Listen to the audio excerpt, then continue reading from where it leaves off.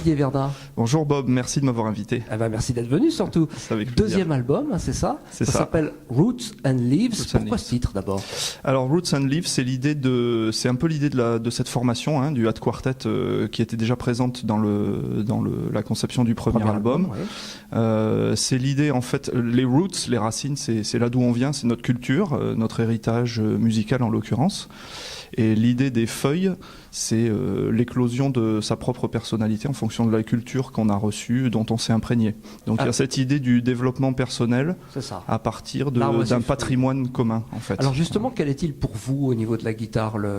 Quelles sont vos racines? Quelles sont vos vraiment grandes influences? Quand on écoute le disque, on en parlait un petit peu tout à l'heure avant le début de cette interview, on a l'impression d'avoir déjà entendu, et en même temps c'est du neuf.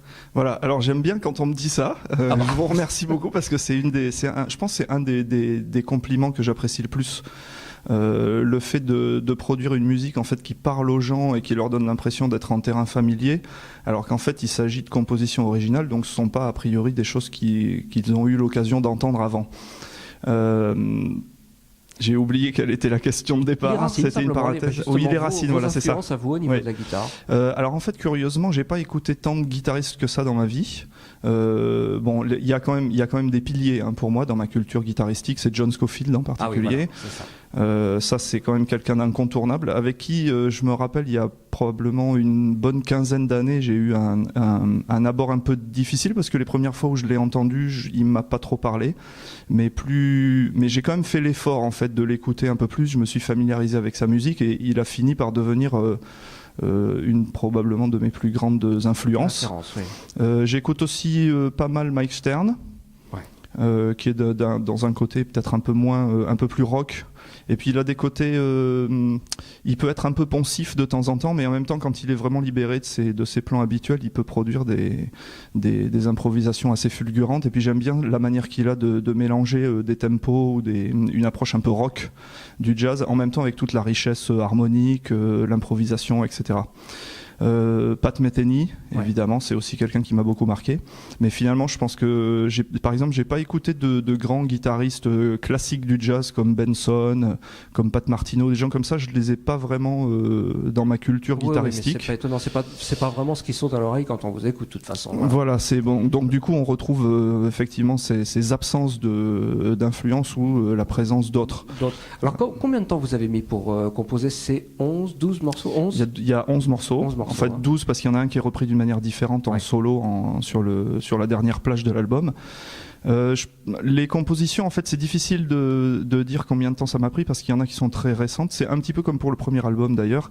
Il y a des compositions dont celles qui ouvrent le disque qui ont probablement 20 ans. Ah oui, ok. C'était des choses qui traînaient dans ma tête mais que j'avais jamais pris le temps d'écrire, d'enregistrer. Voilà. Donc, et puis à un moment donné, ça revient à l'esprit. Puis on se dit, c'est pas mal finalement ce truc-là, même si c'est vieux.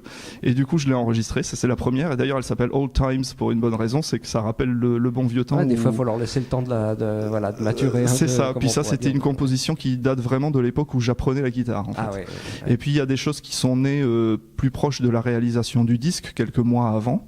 Et donc en fait je peux pas répondre à cette question parce que ou alors la réponse ça serait 20 ans en fait. Ça m'a pris 20 ans pour faire cet album, mais avec des périodes de vide complet, des périodes d'activité plus intenses.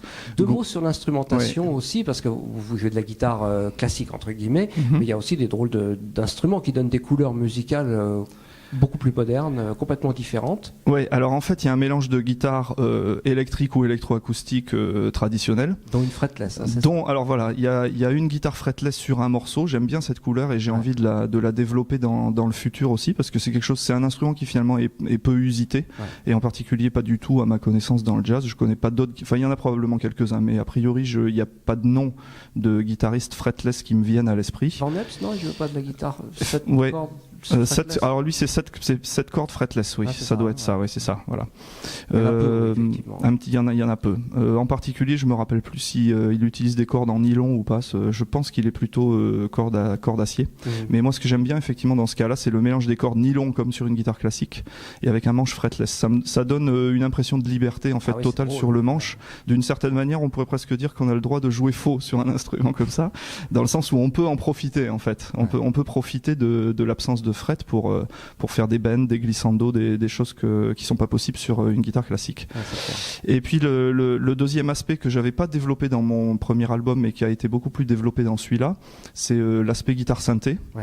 Alors en tant que très grand fan de Uzeb, Michel Cusson étant un pionnier de ça, c'est une musique que j'ai beaucoup écoutée dans les années 80 en fait, et je suis toujours resté un peu comme un gamin fanatique de ce genre de musique.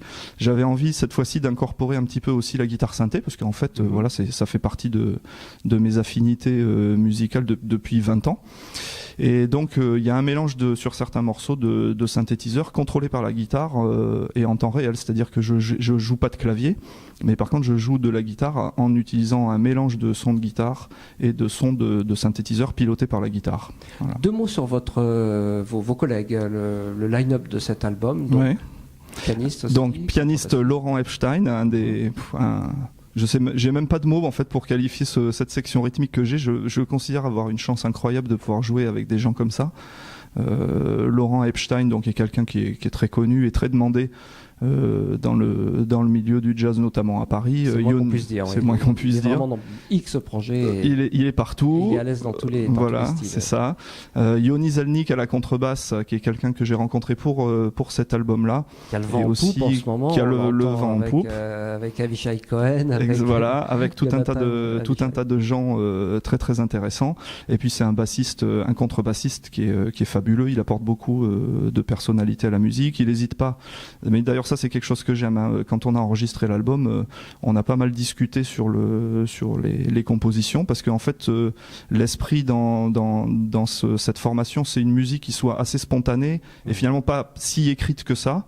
Oui. Il y a des morceaux avec lesquels je suis arrivé, j'avais juste une ligne mélodique et puis on regardait ce qu'on allait en faire. Quelquefois il y a des petits arrangements, mais à ce moment les arrangements eux-mêmes sont spontanés, c'est-à-dire que c'est au moment où la composition me vient que les arrangements en question me viennent aussi. Ça laisse quand même une assez large marge de manœuvre pour les c'est ça, puis c'est ça que j'aime arriver avec des choses mais en laissant quand même aussi une liberté d'interprétation à mon trio rythmique. Et le quatrième alors? Et le quatrième larron, c'est David Georgelet qui est un batteur qui était, alors c'est le rescapé du premier album. Ouais. Et donc David, c'est quelqu'un ce que j'apprécie particulièrement dans son jeu de batterie, en fait, c'est quelqu'un de très mélodique.